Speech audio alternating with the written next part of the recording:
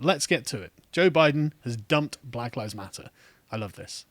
It's, again, just in the long line of things where I can just sit back and go, I told you so. I told you. I guess we can start with Joe Biden's plan to build back better by advancing racial equity across the American economy.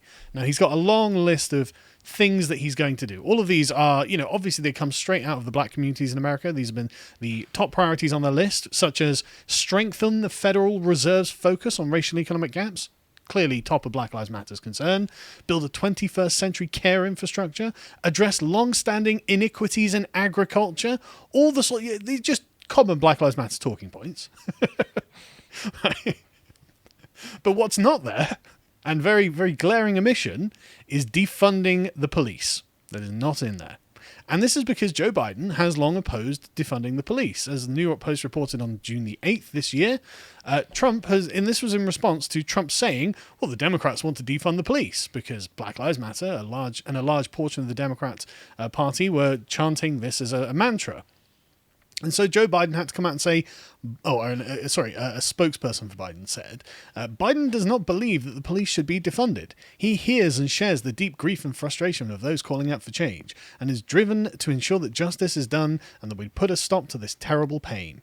Biden supports the urgent need for reform and said funding should be made available everywhere so police departments can diversify to resemble the communities in which they serve. He also called for more funding for body cameras. So refund the police is in fact Joe Biden's position, the polar opposite of Black Lives Matter's demands. But Biden is not adverse to weaponizing Black Lives Matter when it's advantageous, as Business Insider reported regarding the first debate between Biden and Trump. Biden just called Trump a racist when they argued about the Black Lives Matter protests and race relations during the first presidential debate. Biden said, "This is a president who has used everything as a dog whistle to try and generate racist hatred, racist division," and that Trump pours gasoline onto the fire to stoke his base over racial divisions. Also, if you don't vote for Biden, you ain't black, okay? And this is not Biden's, I don't think this is really Biden's own initiative that's being used here. I mean, in the 9th of December, Obama was doing a sort of speaking tour and a celebrity tour promoting his new book. And he also said that defund the police slogan, that was a bad idea. He says, quote, "You lost a big audience the minute you say it. Snappy slogans may draw attention, but it makes it a lot less likely that you're actually going to get the changes you want done." What I want to hear from... So this was very upsetting to Black Lives Matter, and Black Lives Matter co-founder Alicia Garza, a trained Marxist, said, "What I want to hear from the former President Barack Obama is that if he's going to use his vast platform for these conversations, what I want to hear from President-elect Joe Biden and Vice President-elect Kamala Harris is, what are you going to do?" And that's what we haven't heard amid all this hoopla about defund the police. Wrong. We have exactly heard what Joe Biden's going to do. He's not going to defund the police. He's going to refund the police. And he even got Obama to come out and say, no, defunding the police is a stupid idea. Stop saying it. She carries on. This movement, which really helped push Biden's campaign over the finish line, was used as a political football all throughout this election cycle, and it was true in 2016 as well. There's a lot of valuable airspace that was used to be condescending to the very people who have opened the imagination of what this country can be and how we can get closer to the promise that this country has offered for so many. I don't recall anything in the Constitution or the sort of discussion around the founding of the United States that says we won't have cops. So I don't really know what she's talking about there. I don't see why there's a promise of having no police in the country. I mean, Alexandria Ocasio-Cortez came out and said, well, hey, do you know what we want all the country to look like? A middle-class white suburb. It's like, okay, they have police, so I don't know what to tell you. But either way, this disconnect between... And one thing I find really funny about this is the idea we helped push this push Biden's campaign over the finish line. Not according to the votes, you didn't.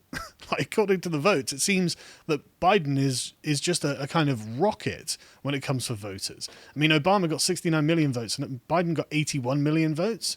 Obama maybe was holding Biden back in 2008 and 2012. I mean, I'm sorry, just the numbers that we are obliged to accept because of YouTube's terms of service have stated that Biden is an absolute powerhouse electorally. And so don't give me any of this, we pushed this campaign across the finishing line. No, you didn't. You're a dead weight, clearly. Which is incidentally what we'll get to, because they clearly were a dead weight. Didn't they make both of these statements about Black Lives Matter after the election as well? Yes.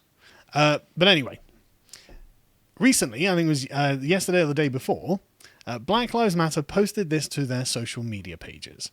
It has been 32 days since we've requested a meeting with Biden and Harris, and we've heard no response. Oh, really? The old white patriarch with the disdainful view of black people has ignored Black Lives Matter's hurt and trauma. When Biden and Harris met with several civil rights groups yesterday, we weren't invited. Oof. So it's not even that they haven't had a meeting where they would expect to be invited. They had one and they didn't invite you on purpose. Oh, yes. And with people who have, vocalized on social media that they support Black Lives Matter, of course, but they're not actually interested in hearing from Black Lives Matter. Fox News reported on this, and the funniest thing about this was the Biden transition team did not immediately respond to a request for comment. So even Fox News is like, so why didn't you ask Black Lives Matter? And it's like, nope. The same woman from Black Lives Matter has more input on this. For the newly elected administration that ran on promises of racial justice, to ignore our ongoing request to meet with them and refuse a seat at the table is demeaning to our movement, said Black Lives Matter Global Network. It is demeaning to our hurt and trauma. It is demeaning to the countless times we took to the streets, to protest to the streets, to call for justice for our black brothers and sisters taken from us at the hands of police. To set up a meeting with civil rights leaders without BLM is unacceptable. Well, it looks like you're just going to kind of have to accept it, because this is the bed you got into. You made it, you laid down in it, and then Biden screwed you in it. Biden, in fact, revealed in this very meeting with the civil rights leaders that excluded Black Lives Matter why he excluded Black Lives Matter. And it's really funny. As Fox News report, this is leaked audio that I'm just going to quote from, because I couldn't actually find the proper audio of it. But they give us a transcript. Biden says, I don't think we should get too far ahead of ourselves on dealing with police reform, in that because they've already labelled us as being defund the police. Anything we put forward in terms of organisational structure to change policing, which I promise you will occur, I promise you, that's how they beat the living hell out of us across the country, saying that we were talking about defunding the police. We're not. We're talking about holding them accountable. We're talking about giving them money to do the right things. We're talking about putting more psychologists and psychiatrists on the telephones when the 911 calls through. We're talking about spending money to enable them to do their jobs better, not with more force, with less force and more understanding. Right. So Biden is crystal clear there. If it wasn't for his phenomenal personal popularity that seized the presidency in all of their aspects, they got blown out across the country, and he thought it was because of the defund the police rhetoric. I think that's true. I think that's an accurate assessment. And also there was the Democrats in the flyover states who said, never use the word socialism again. So it seems that the radical left rhetoric that they engaged in was a massive detriment to them. And it seems that Biden and his team are well aware of this. And I think that this is the reason that Black Lives Matter have been unceremoniously dumped, just ghosted. We are not talking to you. We'll talk to all of these other ones. We're not talking to you. And as Joe Biden said, they beat the living hell out of us with defunding the police. And so this really is a message to Black Lives Matter. You get what you deserve. You knew that these people are not your friends. Kamala Harris is a cop. That is exactly the right way that the left is framing her, and I completely agree, and I openly oppose communist leftists, but they're right on this. Joe Biden is the man of the establishment. I mean, Di Dongsheng, a Chinese professor who is intricately bound with the Communist Party, openly said he is the establishment that has returned to the United States government. And so don't be surprised when Black Lives Matter gets the same treatment that Antifa is getting. As Andy No reported on November the 5th, so 2 days after the election, the National Guard was activated for the first time tonight in Portland at the Antifa riot. In the past 6 months of rioting, the governor has refused to bring in the National Guard. So what we can see is that Antifa are now getting the boot that because they are no longer useful.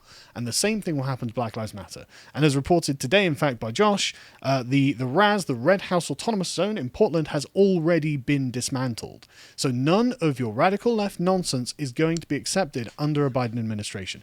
It's not going to happen. You have served your purpose as being something that people can point at Trump with and say, look, these are somehow his problem. These are his responsibility, even though you guys encouraged it, you fomented it, you actively tried to participate in it in the case of Ted Wheeler, who incidentally called for law enforcement to remove the autonomous zone using any lawful means before backpedaling on this, because this is a very strong position.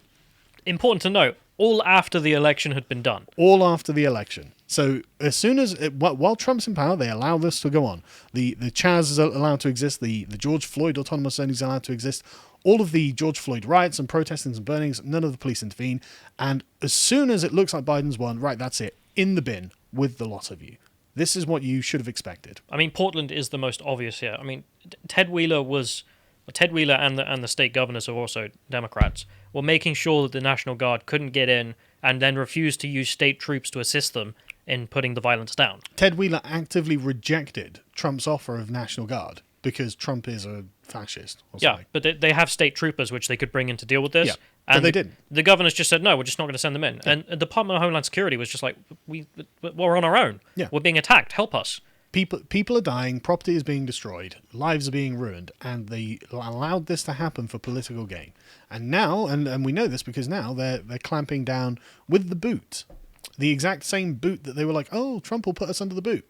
No, it doesn't even have to get to Trump. It doesn't have to get that far. Ted Wheeler is going to put you under the boot.